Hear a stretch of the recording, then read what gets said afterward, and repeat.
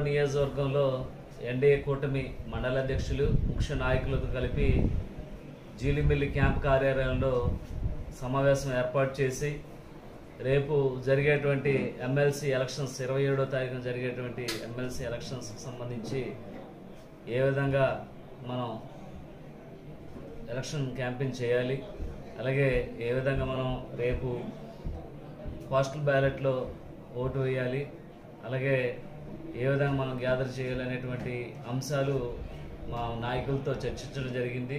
అలాగే 10వ తారీఖున ఏదైతే పేరాబత్తుల రాజశేఖర్ గారు నామినేషన్ ఏలూరు కలెక్టరేట్లో వేయటం జరుగుతుంది.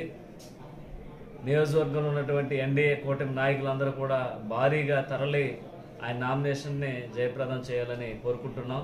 అలాగే ప్రజలందరూ కూడా ఈరోజు ఎన్డీఏ కూటమిని ఎక్కడో అగ్రస్థానంలో నిలబెట్టారు. అలాగే ఈరోజు ఈ ఎమ్మెల్సీ ఎలక్షన్స్లో కూడా ప్రతి ఒక్కరు కూడా